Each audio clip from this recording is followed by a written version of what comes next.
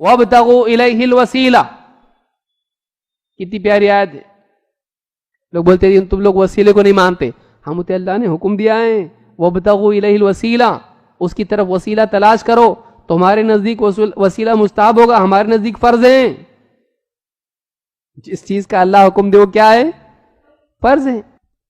وہ بھی منہ دیکھتا ہمارا کہ یہ کیا بول رہے اہل حدیث ہے نا تم لوگ.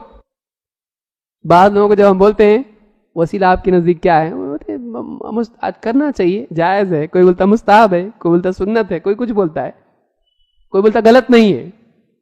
ہم بولتے دیکھیے آپ کا اپنا موقف ہے, ہمارا موقف یہ ہے کہ وسیلہ فرض ہے. تو چہرہ دیکھتا ہے ایک دم فرض ہے, یہ تو ہمارا مولوی بھی نہیں بولا. فرض کیسا کیا ہوا, اور کتنا وسیلہ مان رہے. ہاں لیکن وسیلہ لفظ مجمل ہے. دیکھو اللہ نے بتایا نماز قائم کرو, نماز سکھائے نا اللہ کے رسول. زکوٰۃ ادا کرو, یہ بھی حکم کس کا ہے؟ اللہ کا ہے. کس نے سکھایا کیسے دینا زکوٰۃ؟ اللہ کے رسول صلی اللہ علیہ وسلم نے. تو اللہ نے کہا وسیلہ اختیار کرو, یہ بھی اللہ کا حکم ہے نا. کیسا کرنا, کس کو دیکھنا پڑے گا؟ کہا اللہ کے رسول کو تو دیکھنا پڑے گا, صحابہ کو دیکھنا پڑے گا.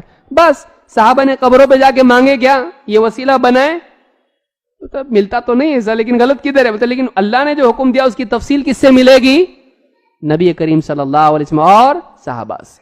انہوں نے قبر والا وسیلہ اختیار نہیں کیا بیٹا بیٹی اور شفا کے لیے اور رزق کی برکت کے لیے, تو وہ وسیلہ تم کیسا لے رہے؟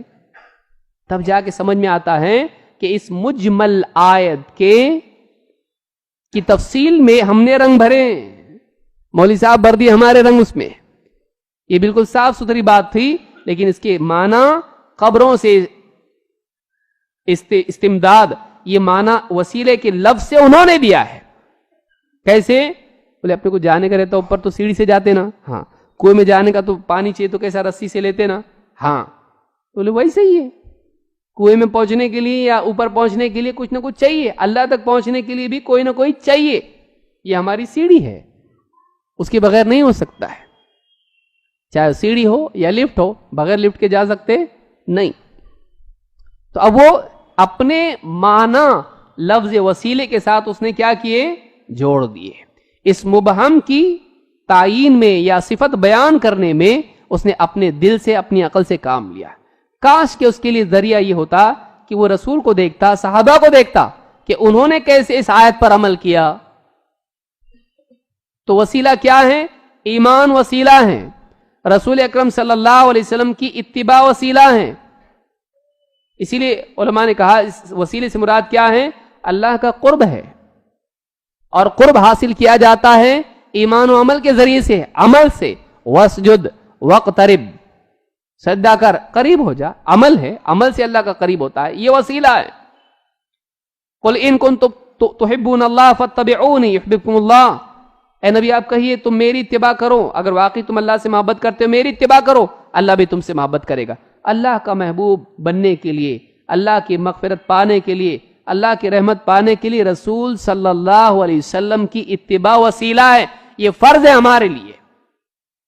رسول کا راستہ چھوڑ کے اور راستہ چلیں گے جہنم میں جائیں گے, یہ فرض ہے. یہ وسیلہ ہمارا ہے. ہمارا وسیلہ کیا ہے؟